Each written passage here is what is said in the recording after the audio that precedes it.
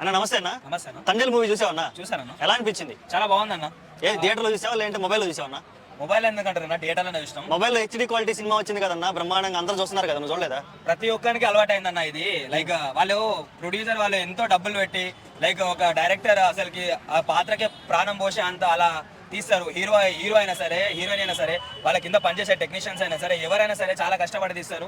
ఇలాంటి సినిమా థియేటర్లో చూడకుండా లైక్ దొంగల్లాగా ఎదవల్లాగా మీరు హెచ్డి ప్రింట్లలో వదిలి అందరూ హెచ్డి ప్రింట్ వచ్చింది థియేటర్కి ఎందుకు పోదామని చెప్పేసి ఇట్లా ఆలోచిస్తారు. కానీ అందరికీ జనాలకు చెప్పాల్సింది ఒకటే, మీరు ఎంతగానం ఫోన్లో చూసినా సరే, అది బాహుబలి సినిమా అయినా సరే, ఓ పుష్ప 2 అయినా సరే, ఏదైనా సరే మీరు ఫోన్లో చూస్తే మీకు నార్మల్గానే ఉంటుంది. సో ఏదైనా సరే మీకు ఆ మ్యూజిక్ అయినా సరే, ఆ ప్రజెన్స్ అనేది మీకు ఆ హెచ్డి ప్రింట్లో అసలు కనిపించదు. ఎవరో లైక్ కడుపుకు అన్నం తినకుండా పీ తినే వాళ్ళు అలా చేస్తారు.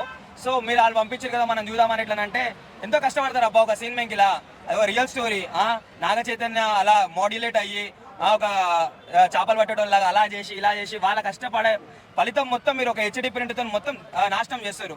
సో ఇది ఎట్లుంటుంది అంటే, ఒక కడుపులో 9 నెలలు పిల్లాడు పెరుగుతాడు అని చెప్పేసి అంటే 8 నెలలు పెరిగినాక లైక్ చంపేసి ఎలా ఉంటుందో ఒక సినీ ఫీల్డ్ని అలా చంపేస్తారు హెచ్డి ప్రింట్తోని.